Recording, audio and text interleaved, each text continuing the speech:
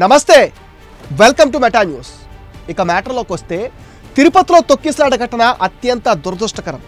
వైకుంఠ ద్వార దర్శనం కోసం టికెట్లు ఇచ్చే కౌంటర్ దగ్గర జరిగిన తొక్కిసలాటలో శ్రీవారి దర్శనం కోసం వచ్చిన 6 చనిపోవటం ప్రతి ఒక్కరిని కలిచివేస్తుంది. శ్రీవారి దర్శనం కోసం వచ్చిన భక్తులే తమ మొదటి ప్రయారిటీ అని మొదటి నుంచి కూటమి ప్రభుత్వం చెప్తుంది. అయితే అధికారుల నిర్లక్ష్యంతో తొక్కిసలాట చోటు చేసుకుని 6 చనిపోవటం అత్యంత విషాదాన్ని నింపింది. ఇలాంటి సమయంలో బాధ్యత గల పదవుల్లో ఉన్నవారు సమన్వయంతో వ్యవహరించాలి, బాధ్యతాయుతంగా మెలగాలి, బాధిత కుటుంబాలకు అండగా నిలబడాలి. ఇంకొకసారి ఇలాంటి ఘటనలు పునరావృతం కాకుండా చూసుకోవాలి. సీఎం చంద్రబాబు ఈ పరిణామం పైన తీవ్రంగా కలత చెందారు. ముందస్తు జాగ్రత్తలు తీసుకోకుండా అలసత్వం ప్రదర్శించిన అధికారుల నిర్లక్ష్యంపై మండిపడ్డారు. అదే సమయంలో కుట్రకోణం ఉందన్న అనుమానాలతో కొందరిపైన కేసులు కూడా నమోదయ్యాయి. ప్రభుత్వం చేయాల్సిందంతా చేస్తుంది. ఇలాంటి సమయంలో కూడా వైసీపీ రాజకీయాలు మొదలుపెట్టింది. చంద్రబాబు నాయుడు లడ్డూ విషయంలో చేసిన తప్పుడు ప్రచారంలో భాగంగా దేవుడు కళ్ళు తెరిచే శిక్షించాడని వైసీపీ మాజీ ఎమ్మెల్యే భూమన కరుణాకర్ రెడ్డి అత్యంత దారుణంగా మాట్లాడుతున్నాడు. లడ్డూ ప్రసాదంలో ఆవు కొవ్వును కలిపిన పాపాన్ని ప్రాయచిత్తం చేసుకుపోగా భక్తుల చావు పట్ల అత్యంత అవమానీయంగా మాట్లాడుతున్నాడు. లడ్డూ ప్రసాదంలో జరిగిన తప్పులను కూటమి ప్రభుత్వం ఎత్తి చూపింది. నాణ్యమైన ప్రసాదాన్ని భక్తులకు అందిస్తుంది. దీనికి కర్మ ఎవరిని వదిలిపెట్టదని, తిరిగి ఇచ్చేస్తుందని భూమన కరుణాకర్ రెడ్డి నీచంగా మాట్లాడుతున్నాడు. 6 ప్రాణాలు పోతే కనీసం సానుభూతి కూడా లేకుండా దుర్మార్గంగా మాట్లాడుతున్నాడు. స్వామివారి విగ్రహం గురించి పిచ్చివాగుడు వాగిన చరిత్ర భూమన కరుణాకర్ రెడ్డి. నాస్తికుడని చెప్పుకునే చరిత్ర కూడా ఆయనదే. తన కుమారుడు పెళ్లి క్రిస్టియన్ సాంప్రదాయ ప్రకారం చేసి జగన్ పుణ్యమా అని టీటీడీ చైర్మన్ అయ్యి టీటీడీని అడ్డంగా దోచుకున్న చరిత్ర భూమనది.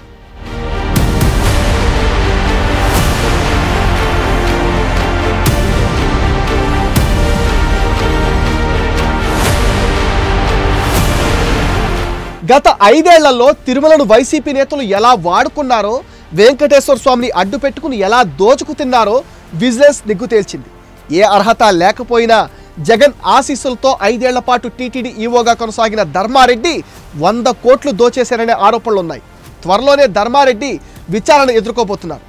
ఇక నాడు టీటీడీ చైర్మన్గా పనిచేసిన జగన్ బాబాయ్ వైవి సుబ్బారెడ్డి పెద్ద ఎత్తున తన పదవిని దుర్వినియోగం చేసి బ్రేక్ దర్శనం టికెట్లు కేటాయించినట్లుగా విజిలెన్స్ అధికారులు గుర్తించారు.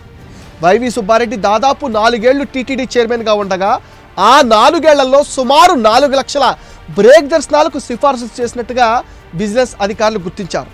300 రూపాయల దర్శనం టికెట్లు రోజుకు 2000 నుంచి 3000 వరకు వైవి కార్యాలయం నుంచి సిఫార్సు చేసినట్లుగా తేల్చారు. మాజీ మంత్రులు పెద్దిరెడ్డి రామచంద్రారెడ్డి, రోజా తదితరులు ఒకే సామాజిక వర్గానికి చెందిన నాటి ప్రజాప్రతినిధులకు ఇష్టానుసారంగా సిఫార్సు లేఖలపైన దర్శనం టికెట్లు కేటాయించినట్లుగా గుర్తించారు. సుబ్బారెడ్డి సారథ్యంలోనే కాదు, ఆయన తర్వాత టీటీడీ చైర్మన్గా పనిచేసిన కరుణాకర్ రెడ్డి హయాంలోనూ నష్టం జరిగిందని విజిలెన్స్ నివేదికలో వెల్లడించింది. కరుణాకర్ రెడ్డి చైర్మన్గా ఉన్నప్పుడు తిరుపతిలోని గోవిందరాజస్వామి, శ్రీ కోదండరామస్వామి సత్రాలు కూల్చి 600 కోట్లతో అచ్యుతం, శ్రీపదం వసతి గృహాలు నిర్మించాలని నిర్ణయం తీసుకున్నారు. 2023 ఫిబ్రవరిలో సత్రాల మరామత్తులకు 30 కోట్ల 60 లక్షలు కేటాయించాలంటూ అప్పటి టీటీడీ ధర్మకర్తల మండలి సమావేశంలో ప్రతిపాదించారు. భూమన టీటీడీ చైర్మన్గా ఉండగా ఇంజనీరింగ్ పనులకు అవసరానికి మించి నిధులు ఖర్చు చేశారని, దానికి నాటి ఈవో ధర్మారెడ్డి కూడా వత్తాసు పలికారని విజిలెన్స్ స్పష్టం చేసింది. అంతేకాదు, తిరుమలలో ప్రసాదాల్లో వాడే బియ్యం, బెల్లం, పంచదార, నెయ్యి, యాలకులు, జీడిపప్పు సేకరణలో పెద్ద ఎత్తున అక్రమాలు చోటు చేసుకున్నట్లు నివేదించారు. శ్రీవారి దర్శనార్థం వచ్చే భక్తులకు ఆయా రాష్ట్రాల టూరిజం ప్యాకేజీలు, ఆర్టీసీలకు కేటాయించిన ఎస్ఈడి 300 రూపాయల టికెట్లు వైసీపీ హయాంలో దుర్వినియోగం చేశారు. భక్తులు సమర్పించిన కానుకలను కుంభకోణం చేశారు. అలాంటి చరిత్ర ఉన్న వైసీపీ నేతలు అడ్డగోలుగా టికెట్లు అమ్ముకున్న రోజా లాంటి నేతలు కూడా అడ్డదిడ్డంగా అడ్డు అదుపు లేకుండా మాట్లాడుతున్నారు.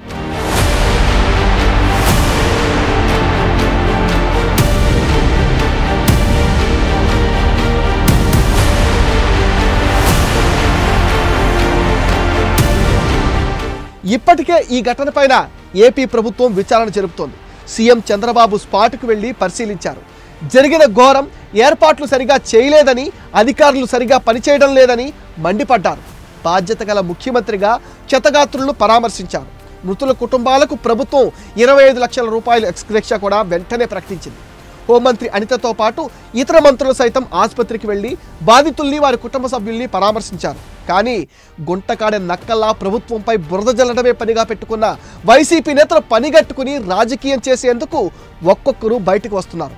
అల్లు అర్జున్కి సంబంధం లేకుండా తొక్కిసలాట జరిగినప్పుడు ఆయన పైన కేసు పెట్టారని, ప్రస్తుతం జరిగిన ఘటనకు సీఎం సహా అందరిపైన కేసులు పెట్టాలని రోజా అంటున్నారు. బాధితులపైన కఠినంగా చర్యలు తీసుకుంటామని ప్రభుత్వం చెప్తుంది.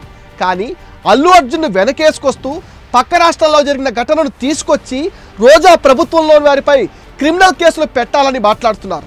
గత 5 ఏళ్లు ఎప్పుడు పడితే ఎప్పుడు ఎవరిని పడితే వాళ్లను తీసుకెళ్లి టీటీడీ టికెట్లు అమ్ముకుని దర్శనం కల్పించిన రోజా ఇలా మాట్లాడటం తగునా నీకు అనే ప్రశ్నలు కూడా వస్తున్నాయి. లక్ష్మీ పార్వతి, గుడివాడ అమర్నాథ్ ఇలా అందరూ బయటకొచ్చి పిచ్చివాగుడు మతిలేని మాటలు మాట్లాడుతూ నీచాతి నీచంగా ప్రవర్తిస్తున్నారు.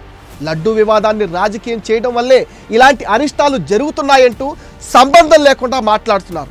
భక్తుల మనోభావాలను క్రించపరుస్తున్నారు.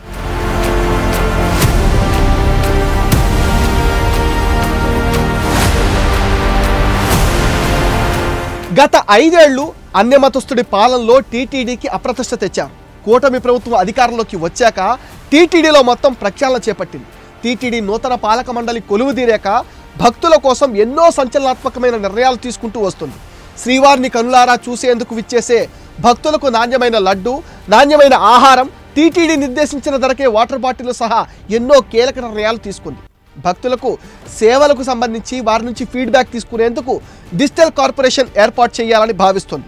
తిరుమల లడ్డూ వివాదం నెలకొన్న నేపథ్యంలో భవిష్యత్తులో అటువంటి పరిణామాలు జరగకుండా ఆహార భద్రతా బోర్డు ఏర్పాటు చేయాలని కూడా టీటీడీ నిర్ణయించింది.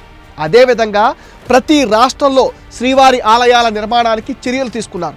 అంతేకాదు తిరుమల లడ్డూలు ఎన్ని కావాలంటే అన్ని శ్రీవారి ఆలయాలు ఉన్న ప్రతి ప్రాంతంలోనూ అందుబాటులోకి తీసుకొచ్చారు. తిరుమలకు వచ్చే భక్తులకు ఎలాంటి అసౌకర్యాలు కలిగించకుండా చూడాలని ఉద్యోగులకు, సిబ్బందికి హెచ్చరికలు సైతం పంపింది టీటీడీ బోర్డు. భక్తులను ఇబ్బందికి గురిచేస్తే చర్యలు తప్పవని కూడా చైర్మన్ బిఆర్ నాయుడు హెచ్చరించారు. ఇందుకోసం ఉద్యోగులకు ప్రత్యేకంగా నేమ్ బ్యాడ్జ్ సైతం ఇవ్వాలని భావించారు. ఇంకా ఎన్నో కీలక నిర్ణయాల దిశగా అడుగులు వేస్తుంది. ఈ క్రమంలో వైకుంఠ ద్వార దర్శనం కోసం టికెట్లు ఇచ్చే క్రమంలో జరిగిన దుర్ఘటన యావత్ ప్రజానికాన్ని బాధించేస్తుంది. ఓ ఆధ్యాత్మిక క్షేత్రంలో ఇలాంటి ఘోరం జరగాలని ఎవరు కోరుకోరు. కానీ వైసీపీ నేతలు మాత్రం దీన్ని రాజకీయం చేస్తూ పబ్బం గడుపుకోవాలనే ఆలోచనతో ఉండటం అత్యంత హేయనీయమని కూటమి నేతలు మండిపడుతున్నారు.